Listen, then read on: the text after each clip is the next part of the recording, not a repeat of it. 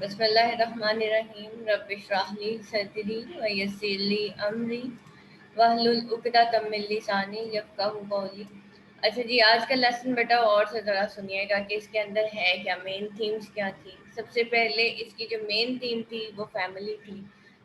Themes क्या होती हैं? थीम्स बेसिकली यूनिवर्सल आइडियाज़ होते हैं। आपके जो क्वेश्चंस आते हैं ना, आपके पास पेपर्स में आते हैं। आपने कल पास पेपर परसों रीड किए थे, कल भी आप काफ़ी क्वेश्चंस मेरे से पूछे थे। एक्चुअली क्या होता है कि जब हम थीम्स रीड करते हैं, किसी एक थीम के ऊपर एक क्वेश्चन आया हुआ होता है, तो इसलिए थीम्स, चाहे जब भी आप समरीज पढ़ें, क्रिटिकल समरीज पढ़ें, तो उसके बाद थीम्स ज़रूर किया करें। उससे काफ़ी कॉन्सेप्ट जो हैं वो हमारे क्लियर हो जाते हैं। यहाँ पे देखें, द फैमिली है, morning becomes Electra is a family drama, या इसका हम डोमेस्टिक ट्रेजेडी भी कह सकते हैं। And this is one seriously twisted family locked in repetitive and compulsive psychology patterns that bring down everyone named Manon and some people who are not. ठीक है, और इसके अंदर क्या होता है, एक ट्विस्टेड, सीरियसली ट्विस्टेड फैमिली होती है जो कि एक रिपीटेटिव और कंपल्सिव साइकोलॉजी पैटर्न के अंदर जो है वो लॉक्ड हो जाती है। ठीक है, उन सबकी साइकोलॉजी सेम ही होती है। और क्या होता है, that bring down everyone named Mannon and some people who are not. जो कि क्या होता है कि उनकी ये जो साइकोलॉजी होती है, या उनका ये जो रिपीटेटिव और कंपल्सिव पैटर्न्स होते हैं, वो उस इंसान को जिसका नाम मेनन होता है, उसका डाउनफॉल होता है। So O'Neill represents the family as doomed to repeat the relationship that started the cycle of deception, act of deceiving, fraud and revenge.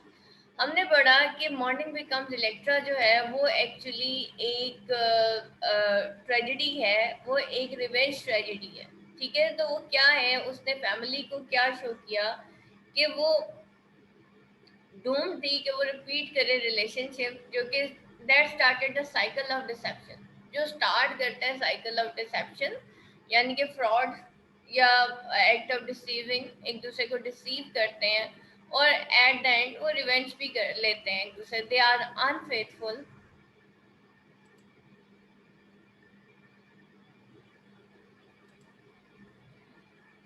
they are all unfaithful in their relationships. He seems to suggest that the certain character traits run in families and that some patterns are just inescapable. और क्या होता है कि वो सब के सब ही अपने रिलेशनशिप्स में अनफेथफुल होते हैं, कोई भी एक दूसरे के साथ सिंसियर नहीं होते।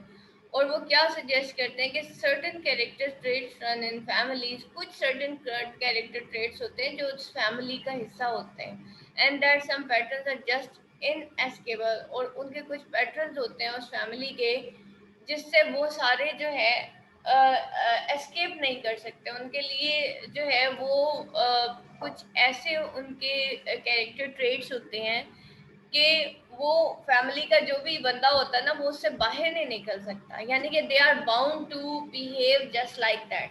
All families have conflicts, clash of course, just think back on your own past 24 hours, but chances are they won't have involved murder, suicide or incest, electoral love, edible love, these manners have it। आप लोग कह रहे थे ना कि ये जो कहानी है वो लव एंड लस्ट की है। यहाँ पे देखें, एक पॉइंट आ रहा है जिसको हम इलेक्ट्रल लव या इलेक्ट्रा कॉम्प्लेक्स कहते हैं या ईडिबल कॉम्प्लेक्स कहते हैं। That is also the lust and love.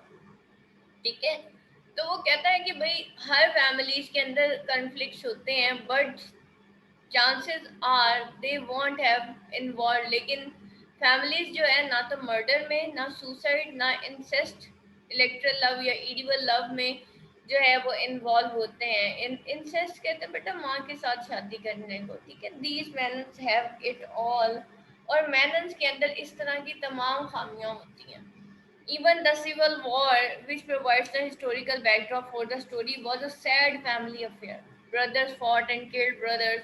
Families were divided. और ये जो सिविल वॉर होती है वो एक अजीब सा एक हिस्टोरिकल बैकड्रॉप शो करती है स्टोरी का, यानी कि उसके जो खामी होती है हिस्टोरिकल बैकड्रॉप, यानी कि उसके अंदर जो हुआ होता है, गलत हुआ होता है, उसको वो शो करती है, और जो कि एक सैड फैमिली अफेयर है।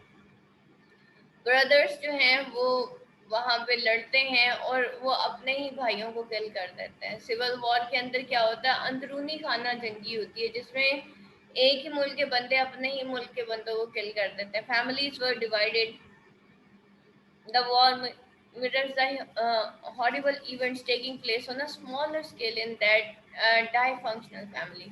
और वो जो वॉर है वो मिरर करती है उन हॉरिबल इवेंट्स को जो कि टेक प्लेस करते हैं एक smaller scale in the dysfunctional family. इस डाईफंक्शनल फैमिली, डाई टू को कहते हैं, ठीक है, दो टू फंक्शनल फैमिली को जो है वो मिरर करती है ये जो वॉर है। O'Neill shows the family who has Electra complex in which daughter has lustful desire for her father, and Oedipal complex in which son has lustful desire for his mother. ठीक है, वो दोनों चीजें शो करता है यहाँ पे। अब वो लस्ट एंड लव वाली थीम देखें, यहाँ पे आपकी ये पॉइंट्स जो है आप इसके अंदर ऐड कर सकते हैं। फिर वो कहता है कि लॉरेंस ए जॉनसन से about this play that Mourning becomes Electra is a tale of ancient hatred, illegitimacy, unlawful, revenge, family, secrets and murder। ठीक है, और ये बहुत इंपॉर्टेंट वर्ड है, इसको लिख लीजिएगा कि मॉर्निंग बिकम्स इलेक्ट्रा जो है वो एक कहानी है एंशेंट हेट्रेड्स की, ठीक है, नफरतों की, इलिजिटिमेसी, अनलॉफुलनेस की, यानी कि गलत किस्म के इलिजिटिमेसी किसे कहते हैं कि गलत किस्म के जो रिलेशनशिप्स होते हैं उसको कहते हैं। रिवेंज, फैमिली, सीक्रेट्स और मर्डर की ये कहानी है। लाइज एंड डिसीट देखते हैं कि इसके अंदर लाइज एंड डिसीट या चीट कितना ज्यादा था। Almost every single major character in Morning Becomes Electra is lying about something. There are lies about everything: parentage, love affairs, murder plot, who said what, who did what. Most of the lies are quite intentional and they are aimed at protecting someone or some secret. Christine is definitely the best liar of the bunch. Her bold-faced lies to her husband and children make it hard for her to keep her story straight. Oren has the most trouble lying.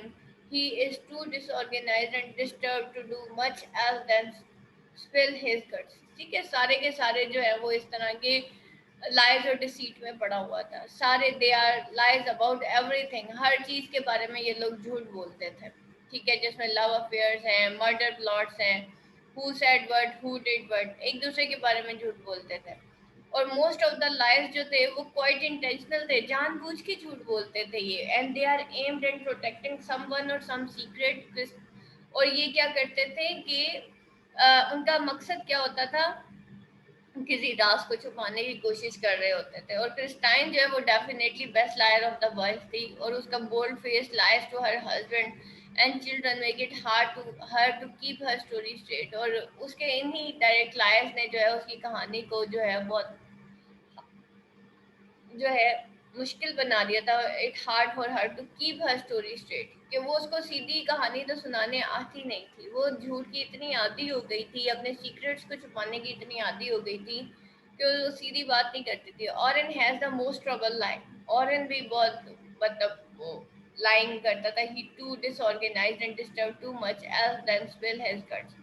O'Neill makes it clear that most dangerous kind of lying is lying to yourself। सबसे dangerous kind of lying ये है कि इंसान बाकी लोगों से तो झूठ बोल लेता है, इंसान अपने आप से झूठ नहीं बोल सकता। सबसे मुश्किल होता है अपने आप को आंसर करना। It leaves you wide open to a world misery, a cause of distress। और ये जो है आपको जो है वर्ल्ड ऑफ मिजरी के सामने छोड़ देता है, यानी कि ये जो आपके अंदर हमारे अंदर एक गलती कर देने की एक गिल्ट होती है ना हमारे अंदर कि हमसे ये गलती हो गई है, वो हमारे अंदर क्या करती है, एक कॉज ऑफ डिस्ट्रेस होती है। O'Neill says to harden oneself is to die a little। कि अगर आप इस स्टेज से भी जाएं कि आप अपने आप को जवाब नहीं दे सकते, ठीक है, तो ये क्या है, is to die a little, तो फिर आप जो है किसी हद तक मर चुके हैं। अगर आपका ज़मीर ही मर गया है, to harden oneself is to die a little, तो आप भी मर चुके हैं. And to serve the emotion is self inhalation elimination, it substitute death in life. और इमोशंस को सर्व करना वो क्या है, वो सेल्फ एलिमिनेशन है. असर्व करना इमोशंस को दबाना, it substitute death in life. और ये ऐसे जैसे डेथ हो लाइफ में. In a play full of character described as statues or compared to breathing imitations of portrait, there is no character that tears things up, turns things over, and transforms herself like Lavinia Manon. I cannot marry you, Peter. You must not see me again. Marry someone else. Sex and lust देख लेते हैं. One and other theme he used, the original sin in the trilogy, is one of lust. ठीक है, जो इसके उसने जो इसके अंदर एक ओरिजिनल सिन यूज किया वो क्या है, वो लस्ट है. David Mannon illicit unlawful affair. Illicit जो हराम रिलेशंस होते हैं, अफेयर्स होते हैं, उनकी बात की जा रही है. With the families French Canadian nurse. ठीक है, डेविड मैनन का भी एक गलत किस्म का रिश्ता होता है किससे, फ्रेंच कैनेडियन नर्स के साथ. This affair haunts the Manon family and sets in motion all the revenge and murder that follow. अब ये एक्चुअली जो अफेयर होता है वो हॉन्ट करता है फैमिली को. आपका क्वेश्चन था ना कि ये रिवेंज सेक्स और लस्ट की जो है कहानी है या लव एंड लस्ट की कहानी है. तो देखिए, कहानी स्टार्ट ही लव एंड लस्ट से ही होती है. और वो कहाँ से स्टार्ट होती है, डेविड मैनन और फ्रेंच कैनेडियन नर्स का जो इलिसिट रिलेशनशिप होता है वहां से स्टार्ट होती है.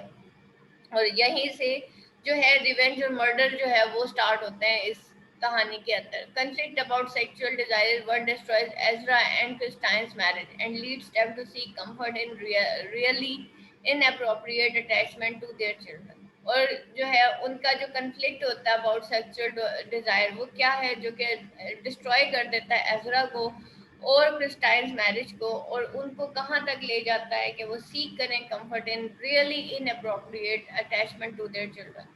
ठीक है, अब क्या होता है, देखिए, एक तरफ तो उनका कंफ्लिक्ट अबाउट सेक्सुअल डिजायर जो कि एजरा और क्रिस्टाइन मैरिज को डिस्ट्रॉय करता है और उनको कहाँ तक ले जाता है, उनके मतलब आपस में जो है वो एक दूसरे से इतना ज़्यादा करीब नहीं होते और ये उनकी सेक्सुअल डिज़ायर होती है एक दूसरे को नेग्लेक्ट करके, एक दूसरे के बारे में जो है फीलिंग्स को रिप्रेस करके फिर फाइनली वो किस तरफ चले जाते हैं, उनकी एक इनअप्रोप्रिएट अटैचमेंट होती है to their children.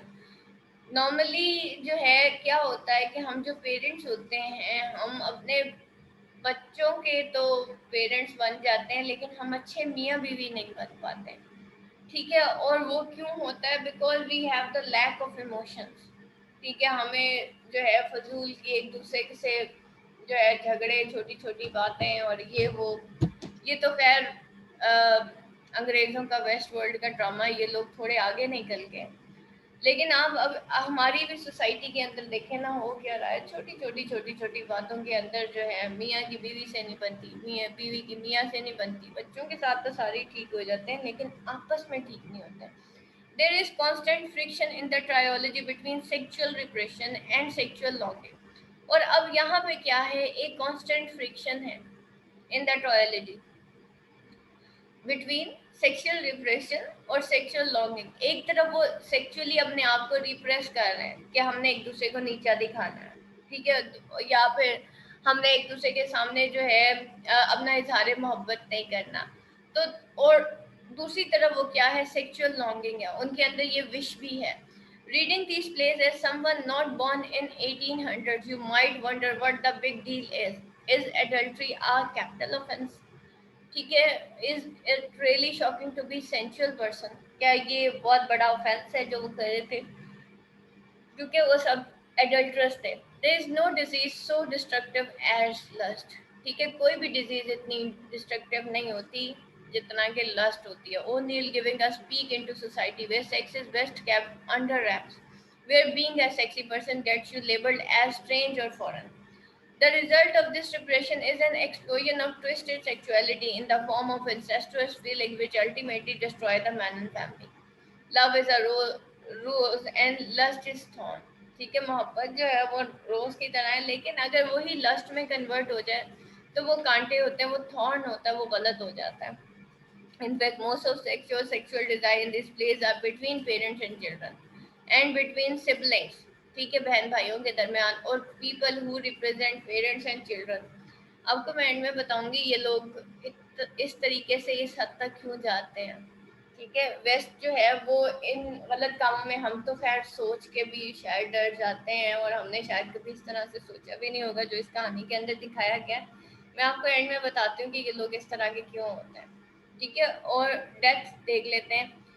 Cashing in, taking a dirt nap, pushing up daisies, we have got hundred of different names for it, but they are all mean the same thing. Death hangs over morning becomes Electra like a black curtain. It's everywhere. The titles about morning becomes about morning. The characters are emotionally dead. The house is storm. The shadow of war haunts the male character. हर चीज जो होती है ना वो death से भरी हुई है। मॉर्निंग किसे कहते हैं? मातम को। ठीक है, कैरेक्टर जो है वो इमोशनली डेड थे। वो जो घर था वो एक सपल्चर था, एक टॉम था, और शेडो वॉर हॉन्ट करते मेल कैरेक्टर को। There are two murders and suicide seem to be coping strategy. In Morning Becomes Electra, death is never simply as an escape or release from suffering. और Morning Becomes Electra में death जो है वो खाली escape या release from suffering नहीं है, it is also used as punishment in one way or another. For example, Ezra says, life had only made me think of death. Death seemed to be chasing everybody in Man and Family, and it catches up to their to one way or another. Life was dying, being born was starting to die. ठीक है, जिंदगी जो है वो मौत की तरफ जा रही है, और शायद हम जिए इस वजह से क्योंकि हमने मरना है। O'Neill seems to suggest throughout the play that a living death tortured by guilt or with no human feeling or connection can be worse than real thing. वो कहता है कि भाई ये जो है थ्रू आउट द प्ले वो क्या कहता है कि वो जो हमारे अंदर एक लिविंग डेथ होती है वो क्या है? Tortured by guilt. एक गुनाह का अंदर गिल्ट होना हमारे अंदर, और विद नो ह्यूमन फीलिंग और कनेक्शन, या फिर कोई ह्यूमन फीलिंग या कनेक्शन ना होना, ये बहुत वर्स हो सकता है देन रियल थिंग। ठीक है, रियल थिंग से कहीं ज़्यादा वर्स है कि हमारे अंदर कोई ह्यूमन फीलिंग्स नहीं है, कनेक्शन नहीं है, या फिर हम टॉर्चर हो रहे हैं by guilt. Guilt is perhaps the most painful companion of death.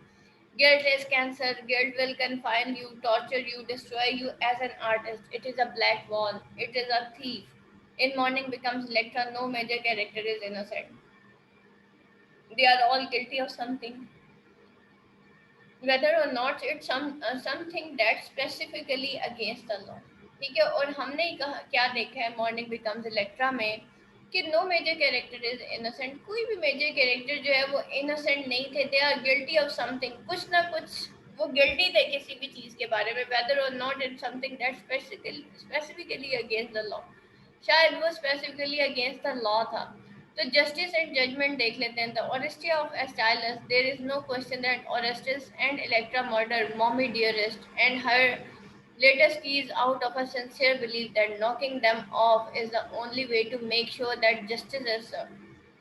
When it comes to O'Neill's version of the famously fatal pair, Oren and Lavinia Menon, things are little less clear-cut. Is Lavinia just being bitter, jealous of her mother for doing so much to take her father's love for her for all those years and then getting busy with Adam Brandt on top of all that? Does Oren really ever buy Lavinia's talk about justice being served and wrong being righted? O'Neill said that one of his reasons for focusing his play on Lavinia rather than Oren was that he did not think that Electra ever suffered any consequences in Orestia for her role in murdering her mother. He was interested in playing out the punishment for Lavinia rather than just letting her end up happily married to Peter. अब क्या था यहाँ पे देखें, आखिर लेविनिया जो है वो एक कॉज बनी थी कि जो है मतलब उसने अपनी माँ का मर्डर किया था। ठीक है, अब क्या था, ही वॉज, अब ये जो ओ नील है, बजाय इसके कि वो ये शो करता कि भाई लेविनिया ने हैप्पीली मैरिड कर दिया, पीटर के साथ उसकी शादी हो गई, उससे कहीं ज़्यादा उसने ये इम्पोर्टेंट समझा कि क्योंकि उसका गुनाह बहुत बड़ा था, इस वजह से उसको पनिश होना चाहिए. What's important to know about the justice being served as in this trilogy that the character punish themselves. सब कैरेक्टर्स ने अपने आप को पनिश किया. They might seem to get away with murder, but they are sunk in guilt that eventually does them in. और वो शायद जो है मर्डर से भाग रहे थे, लेकिन दे आर सunk इन गिल्ट, वो इस हद तक गिल्ट में फंस गए थे that eventually does them in, कि उनको ऐसा करना पड़ा. Punishment is justice for the unjust. और पनिशमेंट क्या है? जस्टिस है किसके लिए? जो कि ऐसे लोग जो कि अनजस्ट होते हैं, जो कि गलत करते हैं. फिर सोसाइटी और क्लास देखते हैं इसमें कैसे दिखाई है. Pop culture these days seem all about encouraging our fascination with rich and famous. ठीक है, हम किसको देखें, हमारी सोसाइटी में दो बंदों की मानी जाती है. एक वो जिसके पास पैसा होता है, दूसरा वो जिसके पास डिग्री होती है. ठीक है, ये हमारी सोसाइटी के स्टैंडर्ड्स हैं. हम अक्लमंद की नहीं सुनेंगे, हम किसी दानिशमंद की नहीं सुनेंगे, हम किसी आलिम की नहीं सुनेंगे, हम दो बंदों की सुनते हैं. ठीक है, और फॉलो भी दो लोगों को करते हैं. एक वो जिनके पास पैसा होता है ना, दो जिनके पास बड़ी बड़ी डिग्रीज होती हैं. ठीक है, तो मैंने आपको बताया था ना, मैं जब उम्रे पे गई थी तो वो जो अंग्रेज मुझे कन्वर्टेड मुस्लिम मिली थी, वो मुझे कहती है कि जब मैं पाकिस्तान इंडिया जाती हूँ ना, सब कॉन्टिनेंट जाती हूँ, यहाँ के जितने भी पेरेंट्स हैं ना, उनको आप उठा के देख लें कि जी आपके कितने बच्चे हैं और क्या, तो कहती है उनकी एक ही स्टोरी है कि मेरा बच्चा पीएचडी है, मेरा बच्चा जो है वो एमफिल है, मेरा बच्चा इंजीनियर है, मेरा बच्चा डॉक्टर है. तो वो मुझे कहती है so what if they are engineer, doctors, MPhils and PhD, वो तो सारे ही होते हैं. द बेस्ट थिंग क्या होती है कि बेस्ट इज द वन. कहती यू हैव नो, वो मुझे कह रही थी आप लोगों को एहसास भी नहीं है कि आप लोग पहले से मुस्लिम हैं, हमें देखें हमें कितनी मेहनत करनी पड़ती है. ठीक है, और मैंने आपको उसकी स्टोरी सुनाई भी थी कि किस तरीके से उस खातून ने मेहनत की थी, और सिर्फ उसने का को खा कहना था. ठीक है, क्योंकि इंग्लिश में क साउंड है, ख साउंड नहीं है. ठीक है, ख अरेबिक में है या उर्दू में है, खास साउंड उधर नहीं है. लेकिन क्या है, उसने कहा कि मैंने इतनी मेहनत की है. ठीक है, सेम इज द केस. मुझे उसकी दूसरी अच्छी बात ये लगी कि उसने मुझे कहा मुझे सबसे ज़्यादा मुश्किल काम ये लगा कि मुझे हिजाब करना पड़ा. ठीक है, और मैंने अल्लाह की खातिर हिजाब भी किया, और वो उस दिन बहुत अच्छे हिजाब में थी, बहुत प्यारे हिजाब में थी. तो क्या था कि बेटा वो लोग, उन लोगों के लिए जो है मतलब जो अच्छा सही बंदा होता है ना, उसके लिए सोसाइटी और क्लास डिपेंड नहीं करती. ठीक है, और उसने बिल्कुल सही बात की थी कि थी आप पाकिस्तानी जो हैं, आपका एक ही स्लोगन है कि मेरा बेटा PhD, MPhil, engineer and doctor है, एंड इट्स अ फैक्ट. हमारे बच्चे पैदा होते हैं, हम पहले से सोच के बैठे होते हैं. तो ये सारी चीज़ें क्या होती हैं, हमारी क्लास और सोसाइटी पे डिपेंडेंसी है कि हमें ये लगता है कि हमने स्टैंडर्ड्स मेंटेन करने के लिए अच्छी डिग्री चाहिए, और डिग्री के थ्रू हमें ज़्यादा पैसा चाहिए. ठीक है, डिग्री के थ्रू हम डिग्री क्यों लेते हैं? हम पैसा लेने के लिए करते हैं. और ये दोनों चीज़ें क्यों हम हासिल करते हैं? ताकि लोग हमारी माने, लोग माने कि भाई इस बंदे ने कुछ किया है. ठीक है, तो दैट इज द थिंग. तो ये इसको कहते हैं पॉप कल्चर. यहाँ पे वो कह रहा है ना पॉप कल्चर, ये पॉप कल्चर है. ठीक है, उन दिनों का क्या था? Seems all about encouraging our fascination with rich and famous. और same is the case with our society. जो रिच करेगा वही ठीक होगा. अगर और अमीर की बेटी ने टखनों से ऊंची शलवार पहन ली, हम सारों की टखनों से ऊंची शलवारें हो जाएगी. अमीर की बेटी जो है अगर सर से दुपट्टा उतार लेगी, सारों के सर से दुपट्टे उतार लेंगे. तो हम स्टैंडर्ड कहाँ से मेंटेन करते हैं? अमीर लोगों से. ठीक है, हमें लगता है यही ठीक कर रहे हैं. People magazine, entire television channels are like the CNN or of the celebrity gossip. Movies about people like Steve Jobs or Mark Zuckerberg. Mark Zuckerberg आपको पता है ना कौन है, जैसे फेसबुक का जो ऑनर है. ठीक है, we have got tons of options when it comes to spying into lives of the well off. ठीक है, जब हम क्या देखते हैं, अब यहाँ पे टन ऑफ ऑप्शंस है. जब हम क्या करते हैं, ये जो लाइव्स ऑफ वेल ऑफ हैं उनके बारे में हमें शक पड़ जाता है. ये तो मीडिया के थ्रू मीडिया ने एक्सपोज किया ना. In morning becomes Electra, no O'Neill is playing with all of that. O'Neill जो है वो इस रिच सोसाइटी को, वेल ऑफ लोगों को हमारे सामने एक्सपोज करता है. We are given all access pass to which goes into the lives of these kind of folks. You have got to admit that Manons are like a reality TV shows from hell. Show from hell. O'Neill drops hint that high social status really does not make life any better. O'Neill ये कहता है कि जी हमारे high status हो जाने से ज़रूरी नहीं है कि हमारी ज़िंदगी बेहतर हो जाएगी. In fact it is the working and middle class folk who seem to have more freedom and happiness. ठीक है, जो वर्किंग और मिडिल क्लास है उनके सामने उनके लिए ज़्यादा फ्रीडम और हैप्पीनेस है. They don't have the fancy manner name to uphold. If we desire a society of peace, then we cannot achieve such a society through violence. कि अगर हम डिज़ायर करते हैं एक सोसाइटी ऑफ पीस को, फिर हम क्या करेंगे कि वो सोसाइटी जो है कभी भी वायलेंस के थ्रू अचीव नहीं हो सकती. फिर फेटलिज्म. फेटलिज्म किसे कहते हैं? फेट, किस्मत के हाथों मजबूर होना.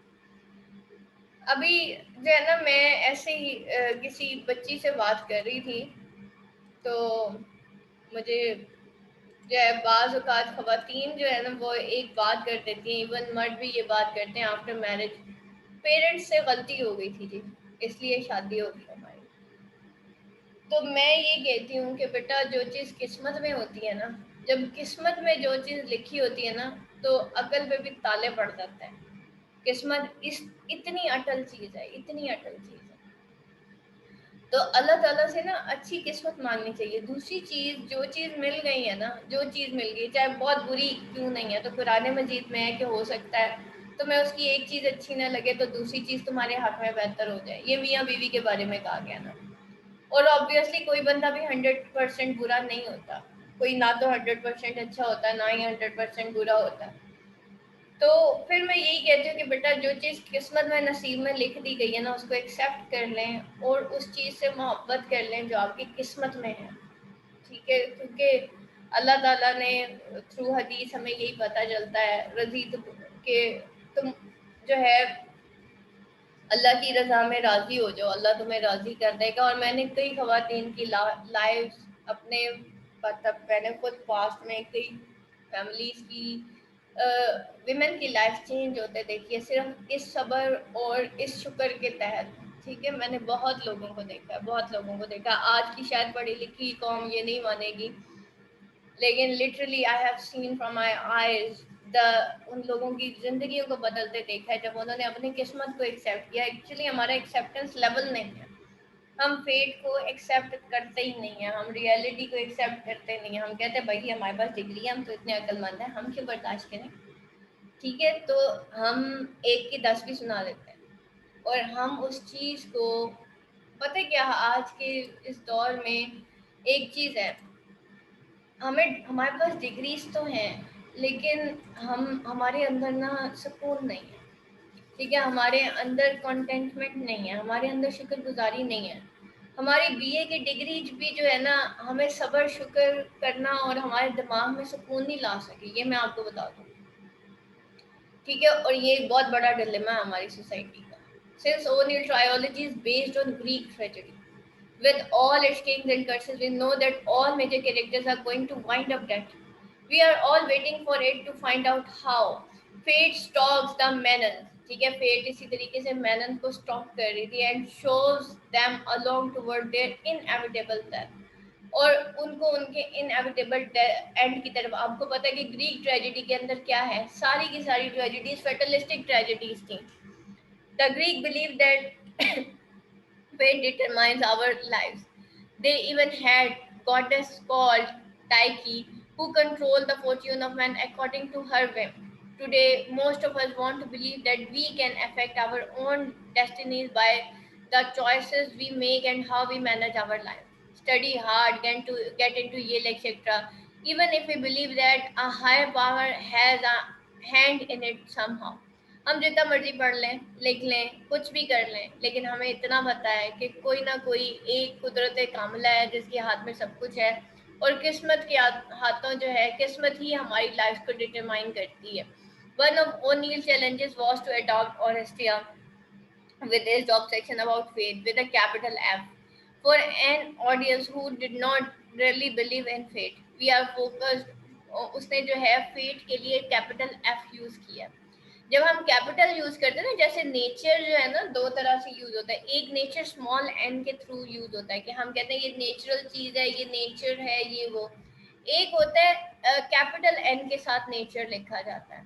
वो जो कैपिटल एन है ना, दैट इज द कुदरत कामिला, that is not the nature जो आम नेचर हम देखते हैं, जो स्मॉल एन वाली होती है। तो जब किसी चीज को, किसी भी ऑब्जेक्ट को कैपिटल लेटर दे दिया जाता है ना, किसी वर्ड को, इट मीन्स के वो जो ऑब्जेक्ट है वो एक उसकी एक यूनिवर्सल थीम से हटके वो एक वो कहते हैं ना इसम मार्फा बन गया अभी।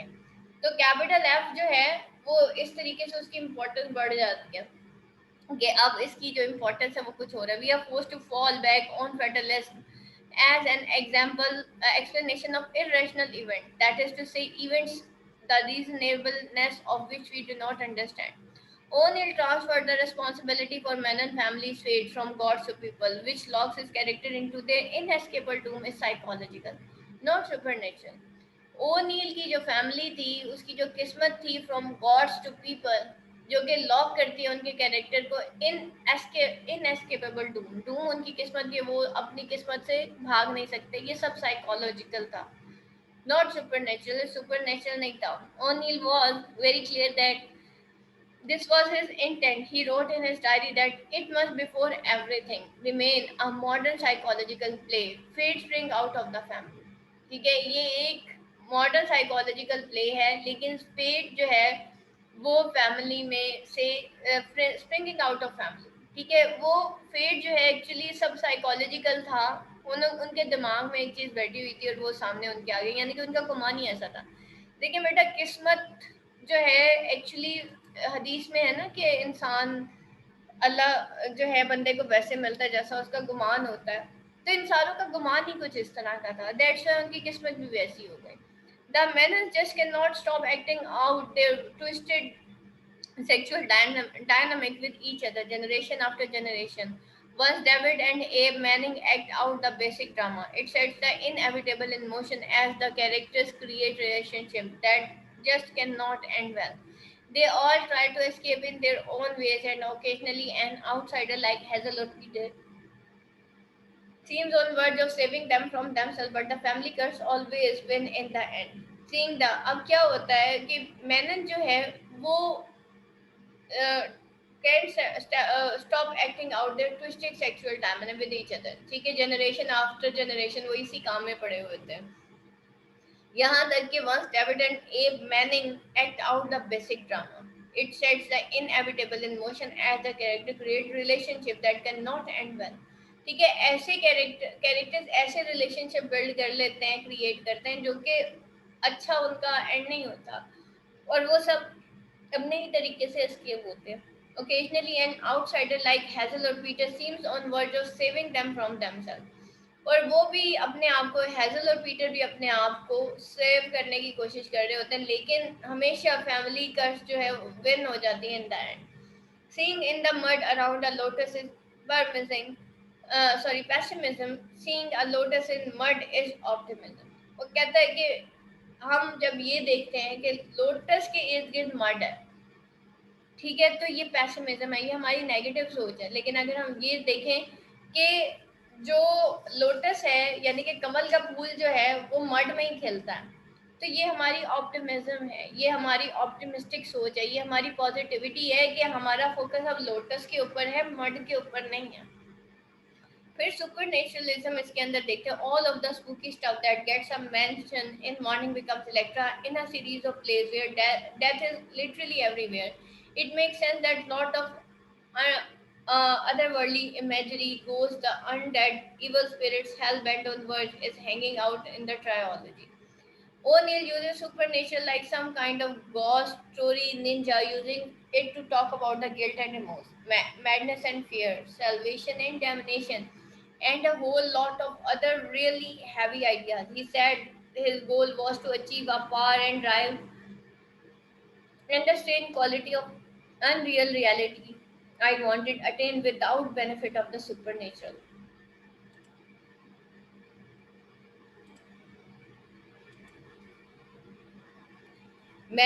The Menons are haunted as much by the memories of their own actions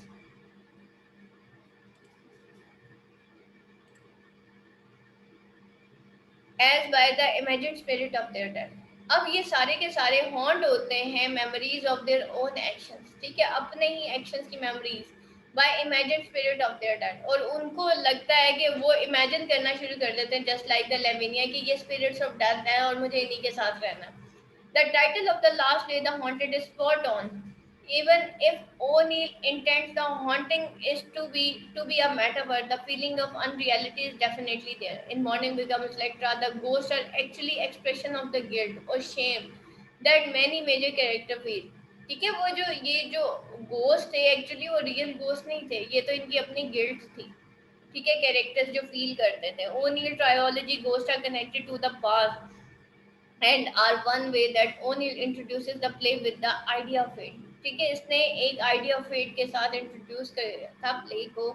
The belief in supernatural source of evil is not necessary. Men alone are quite capable of every wickedness.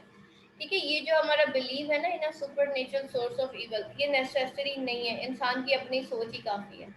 Men and alone are quite capable of every wickedness. ठीक है, हम capable हैं हर तरह की विकेटनेस, हर तरह की बुराई के लिए. ठीक है, तो इसलिए सुपर नेचुरल सोर्स नहीं है. अक्सर जो है हम अपनी बुराई के तहत अपने पैर पे कुल्हाड़ा खुद ही मारते हैं. प्यूरिटनिज्म में देखते हैं mourning becomes Electra psychological dramatization of the evils of puritanism, not the puritanism but the evils of puritanism. ऐसे लोग जो रिलीजन का लिबादा ओढ़ के और फिर इस तरह के काम करते हैं, यानी कि ऊपर से तो वो अपने आप को कहते हैं हम बड़े रिलीजियस हैं, लेकिन इंटरनली जो है वो उस तरह के नहीं होते हैं.